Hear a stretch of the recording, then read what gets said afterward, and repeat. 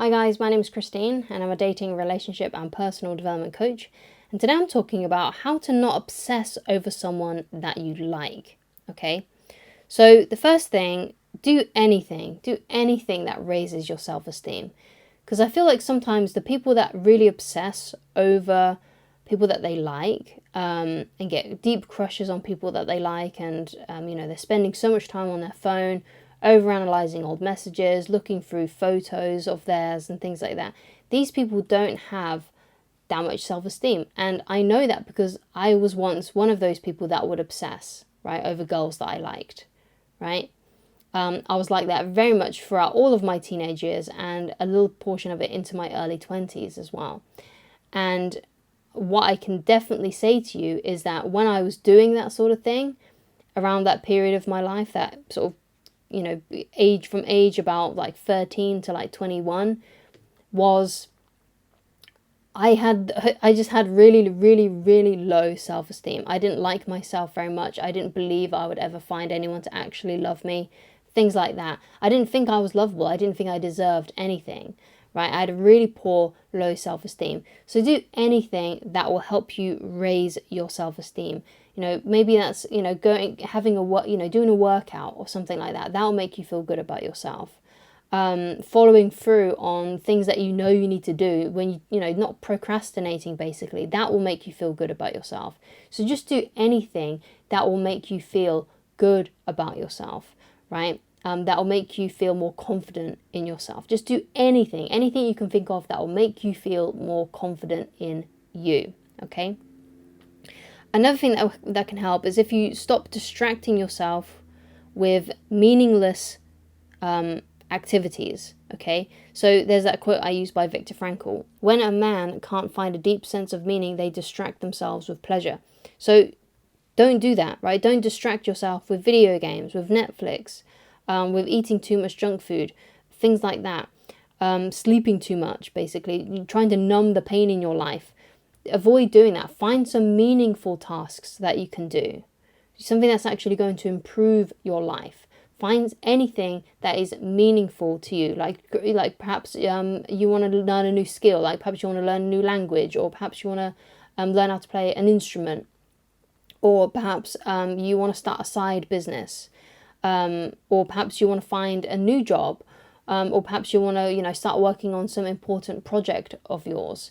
Perhaps it's like an artistic thing, right? Find something that's really deeply meaningful to you and work on those things and work on meaningful tasks.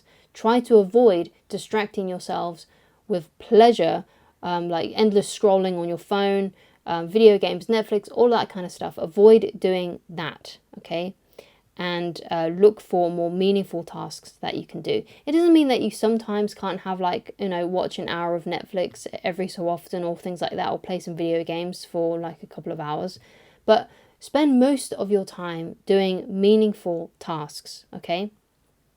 Another thing that can help is to just try to avoid daydreaming about them, okay? Because this is one of the really big things that can keep you stuck. And trust me, you can stop yourself from daydreaming about them, because I know some people may come to this and be like, well, I can't help it, they're just always on my mind. If they're always on your mind, then do something else. Do what I just said in the previous point, which is find meaningful tasks to do, okay? Don't just sit there and daydream about them, listening to songs about, that remind you of them and things like that, because that is not going to help you, okay? So avoid daydreaming about them, because that is going to keep you stuck.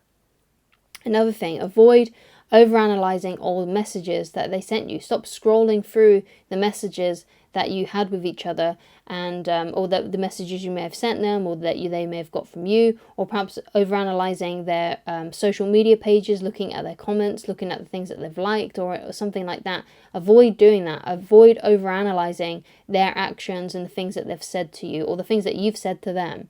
Don't do that, okay? Because again, that is going to keep you stuck. If you've said some things, or they said some things that is always on your mind, no amount of you rereading that over and over and over again, or looking at that over and over and over again, is going to change that, okay? The past is the past, and let the past be the past, okay? that you can't get those days back. You can't get that time back. You can't change what you said. You can't change what they said. Okay, it's all been said and done. Okay, all said and done. So you might as well move on and get on with your life. Stop overanalyzing those old messages or their social media pages. There's nothing you can do about it. Okay. Another thing that can help is to start dating an abundance of people so you feel less fearful. So one of the reasons why we obsess over someone can be because we feel like, oh, they're the one for us. And we get so fixated on one person that we fail to see all the other possibilities, all the other people around us. But when we are dating like multiple people, so let's say you've got a date on Saturday and you're also seeing someone next Tuesday, that can really help you feel more abundant and less fearful because you've got all these other people that are into you, that want to see you, that want to talk to you, that are interested in you.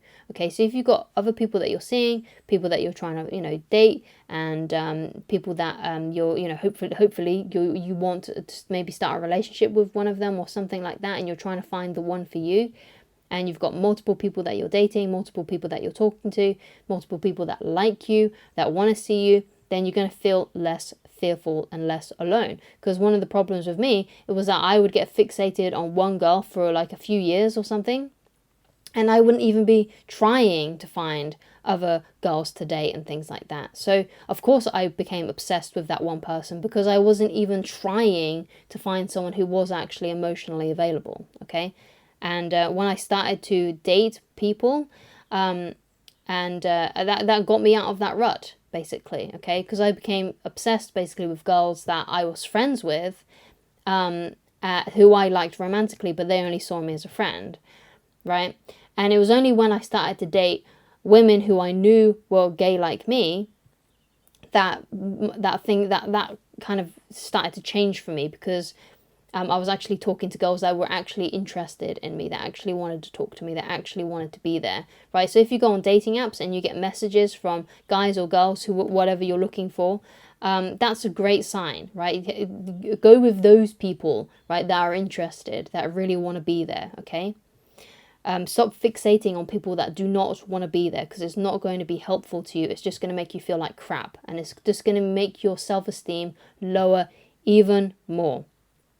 And the next part that I want to talk about, and this is what I want to leave you with, is that obsessing over someone is a choice. It is a choice. You choose to daydream about them. You choose to pick songs on your playlist that remind you of them. You choose to dwell in your thoughts about them, okay? And you can stop that. You can not feed the machine, basically, by avoiding those kinds of habits. Because you obsess over someone if you're overanalyzing the old messages that they sent you or things like that, or you're going on their social media profiles a lot and looking through their photos, right? Or looking at new photos that are perhaps on the new person that they're dating profile and things like that, and just sitting there stewing and being jealous and whatever, right? That's not going to help you. But doing that kind of thing is a choice. You are choosing to do that. You are choosing to open Facebook and look at their profile pictures. You are choosing to open Instagram and watch their stories endlessly. You are choosing to do these things, okay? So just stop. And you can stop, okay? And if you feel like you can't stop, then you probably need some help with a therapist, with a counselor, and say that you've got some kind of addiction to this person, because that's what it can be if you feel like you cannot stop. So I encourage you, if that's you, that you can't help yourself, that you need to get some kind of therapy for addiction, because that's what it is. If you can't stop yourself, it's an addiction, okay? So I highly recommend that you get some help if that you feel like that's you. If it's not you, then realize that it's a choice that you're making, and you can stop that and start focusing on the guys and girls that are actually interested in you and date those people, okay? Focus on those people, okay? So thank you so much for watching. If you'd like to get in touch with me personally and you'd like coaching with me, then please go to www.christineloveridge.com. Thank you so much for watching, and I shall talk to you again very soon. Goodbye.